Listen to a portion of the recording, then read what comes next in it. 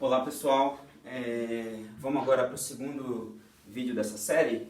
Nele a gente vai falar de esboço de curvas, como eu tinha dito no vídeo anterior. A ideia aqui é a gente, a partir de uma função definida num certo domínio, da reta com valores reais, e eu vou supor que ela é derivável, pelo menos duas vezes, ou seja, pelo menos ela admite a primeira e a segunda derivada, e o que eu vou querer fazer o objetivo é esboçar o gráfico de f,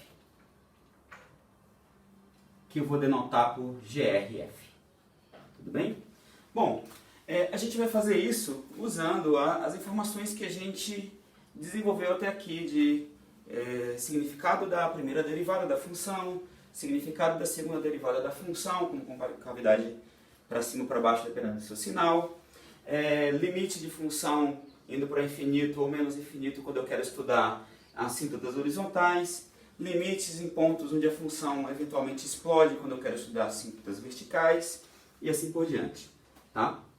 Ou seja, tudo que a gente vai fazer aqui nada mais é do que coletar todas essas informações que a gente já vem desenvolvendo para ver como a gente consegue alcançar esse objetivo aí, que é desenhar ou esboçar o gráfico da função. Eu vou estabelecer aqui um roteiro prático para a gente seguir para fazer esse desenho. Tá? A primeira coisa que a gente precisa é estabelecer o domínio D de f. Ou seja, eu olho a expressão da função, a lei de formação da função, e a partir daí eu vou ver em que região da reta aquela expressão ali faz sentido. Tá? A segunda parte é verificar simetrias. Ou seja, eu vou ver se a função, por exemplo, é par, ímpar, periódica. Tá? Ou seja, e por que isso é importante? Porque quando eu estou traçando o gráfico da função, se eu sei que a função de partida é uma função par, então eu lembro que funções pares ela tem como característica do gráfico simetria em relação ao eixo y. Então, ou seja, o que acontece para o lado direito do eixo y vai acontecer igualzinho para o lado esquerdo. O eixo y funciona como se fosse um espelho. Da mesma maneira, se a função for ímpar, então eu sei que o gráfico é simétrico em relação à origem. Da mesma maneira, desenho para o lado direito do eixo y e do lado esquerdo eu uso a simetria, só que agora em relação à origem. E funções periódicas têm a propriedade que se eu tenho um dado período, esse desenho se repete tanto para frente quanto para trás, período a período.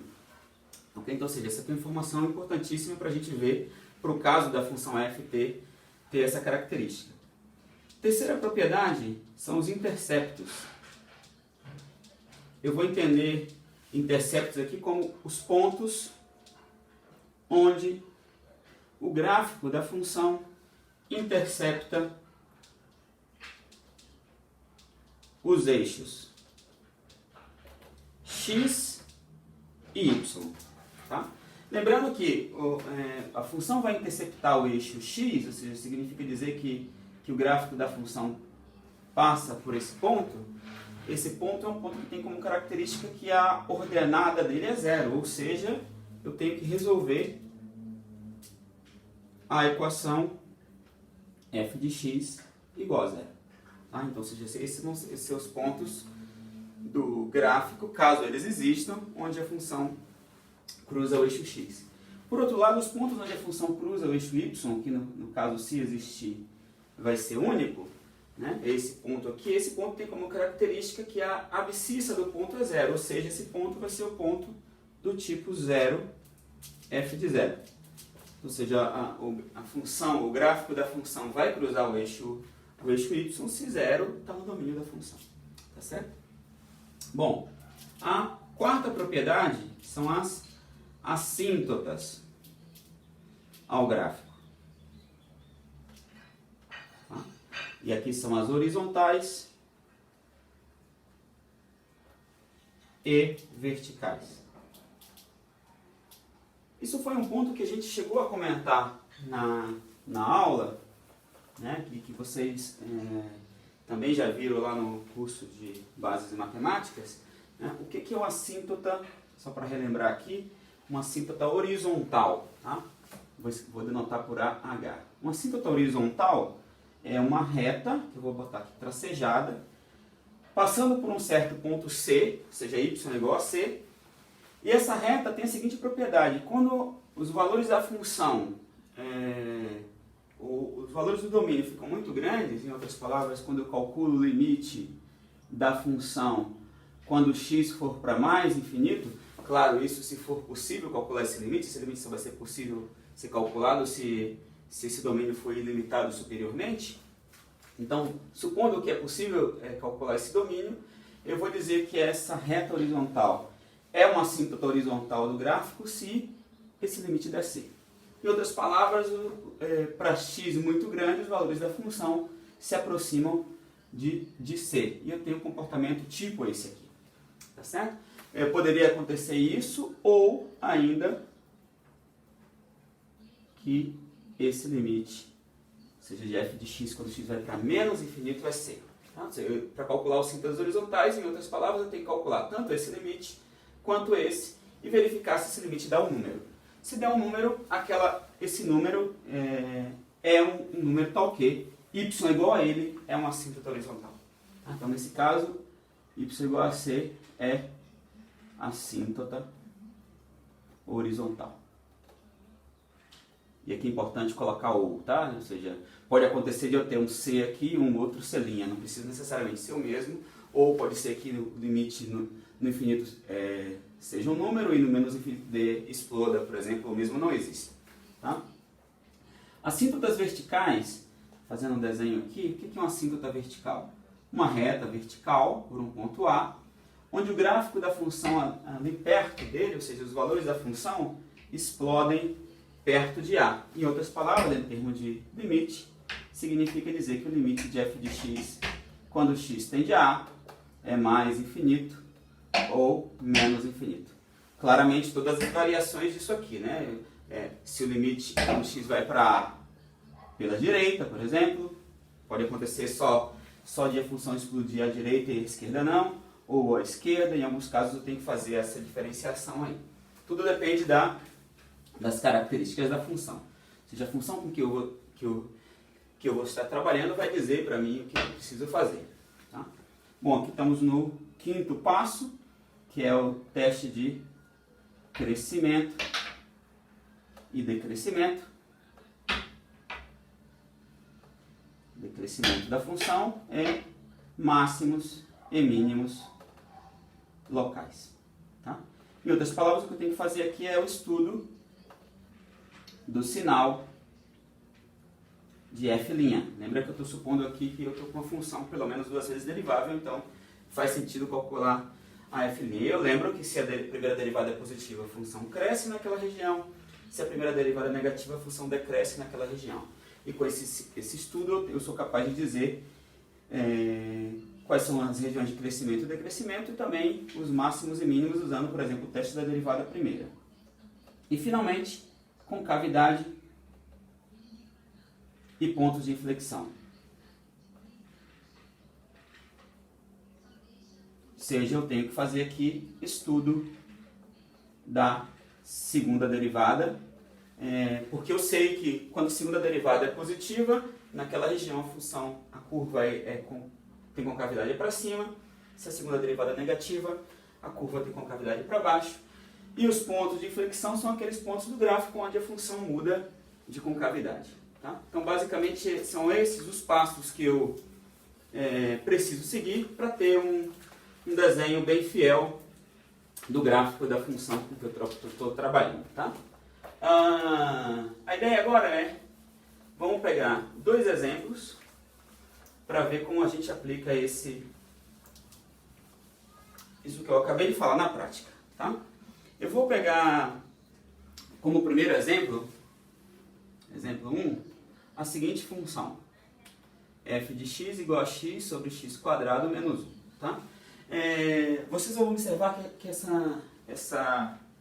esse vídeo que eu estou fazendo tem junto com ele um arquivo PDF com os slides onde eu faço ali toda uma revisão disso aqui, com mais detalhes do que eu estou falando aqui, e também tem uma série de exemplos ali, tá? Esse exemplo não está nos slides. Eu quero fazer isso porque a gente aqui explora outras situações que não necessariamente aquelas que estão ali, tá? Bom, então eu quero esboçar o gráfico dessa função. Primeiro passo, estabelecer quem que é o domínio da função. Como isso aqui é uma função racional, que é o quociente de dois polinômios, a única coisa que eu preciso verificar é aonde esse denominador se anula. Nesses pontos a função não está definida.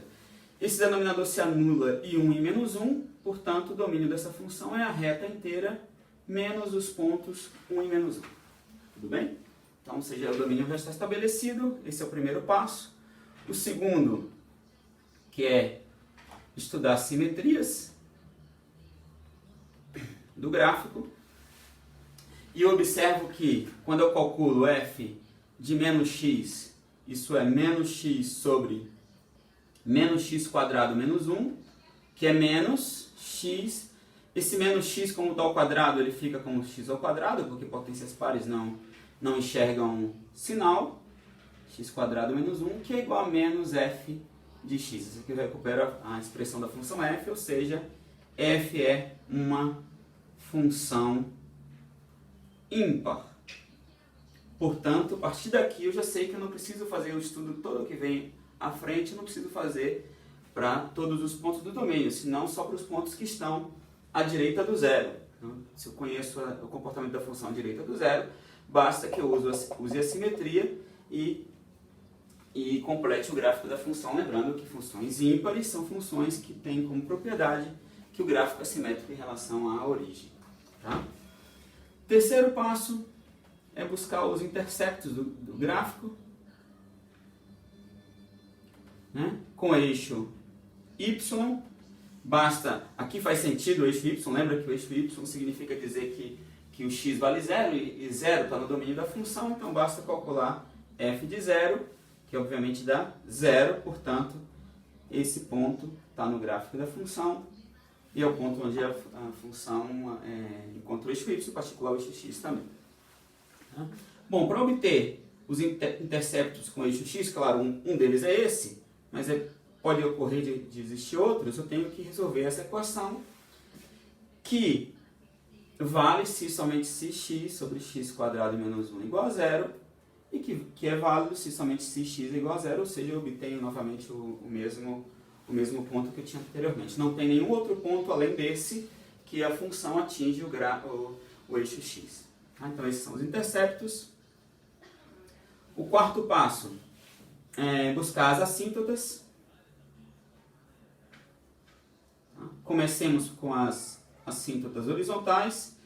Né? Veja que aqui faz sentido, buscar assíntotas horizontais significa estudar o limite da função f quando x vai a mais infinito ou menos infinito.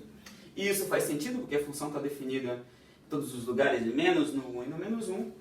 Então se eu vou calcular, por exemplo, o limite da função f de x, que tem essa expressão, quando x vai para mais infinito, né? Se eu substituo, ou se eu faço tanto o numerador quanto o denominador ir para infinito, observa que o numerador vai a infinito e o denominador também vai a infinito. Então eu tenho um limite indeterminado do tipo infinito dividido por infinito. O que eu vou fazer? Aqui já vou aproveitar e relembrar a regra de L'Hopital, que sempre pode ser aplicada. Nesse caso, eu tenho duas funções que são deriváveis, e o limite vai a infinito sobre infinito, então eu tenho indeterminação do tipo infinito sobre infinito. Aplicando a regra de L'Hopital diz, deriva o numerador, que dá 1, deriva o denominador, que dá 2x, e aqui agora, quando eu calculo o limite dessa expressão, quando x vai para mais infinito, isso aqui é uma constante, isso explode, portanto isso dá 0. Né? E como eu tinha falado para vocês, não preciso me preocupar em estudar o limite quando x vai a menos infinito, porque o limite quando x vai a menos infinito, dado que isso aqui vai para uma constante, quando x vai para mais infinito vai para uma constante, o limite a menos infinito vai para menos a constante por conta da simetria em relação ao eixo y. Como o c aqui é zero, então seja esses dois limites coincidem, e aí eu tenho que y igual a zero é a assíntota horizontal ao gráfico. Tá? E para as assíntotas verticais, o que eu tenho que fazer é verificar se existem eventualmente pontos da reta onde eu consiga calcular o limite da função quando x vai para ele, e nesse caso esse limite explode. Veja que para essa função, que é uma função racional, ela é contínua em todos os pontos, com exceção do 1 e menos 1, que nem está no domínio. Né?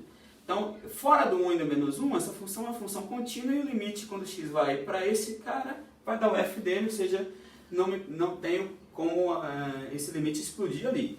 Os únicos pontos que fazem sentido buscar assíntotas horizontais são os pontos x igual a 1 e x igual a menos 1, que é onde a função não está definida nesse caso. Tá? De novo, usando a simetria, basta que eu estude o x igual a 1, porque o x é menos 1, tem um comportamento simétrico em relação ao eixo y. Quando eu vou calcular o limite quando x vai a 1 dessa expressão, eu observo que o numerador aqui vai a 1 e o denominador vai a 0. Tá certo? Ou seja, x² menos 1 tende a 0 e o x tende a 1. Como o numerador vai para uma constante positiva e o denominador vai a 0, aqui é importante saber se essa coisa vai a 0 por valores positivos ou por valores negativos. Porque se for a 0 por valores positivos, eu vou estar com uma coisa do tipo 1, algo no numerador tendendo a 1, com algo no denominador indo a 0 pela direita, portanto esse limite dá mais infinito. E se estiver indo a 0 pela esquerda, vai dar menos infinito. Isso implica que eu sou obrigado a calcular os limites laterais aqui. Porque veja, se eu for a 0 pela direita, se for a 1 pela direita, esse denominador aqui vai a 0 pela direita. De acordo? Porque se x é maior que 1, x² menos 1 é positivo. Então quando eu vou a 1 pela direita, esse limite, como o denominador tende a 0 pela direita, vai a mais infinito. E se eu for a 1 pela esquerda, vou colocar aqui de vermelho para diferenciar. Então essa coisa aqui, o denominador vai a 0 agora pela esquerda, não mais pela direita. Portanto, eu vou a menos infinito. Tá certo? E aqui usando a simetria, limite de f de x, quando x vai a menos 1, que eu vou colocar direita e esquerda, eu vou ter também infinito, só que agora quando eu vou a 1 é mais, então esse mais se torna menos por conta da simetria em relação à origem, e quando eu vou a menos 1 pela esquerda, eu vou a mais infinito, porque quando eu vou a 1 pela esquerda vai para menos infinito. Então você tem essa troca de sinais aí. Tá? Próximo passo é a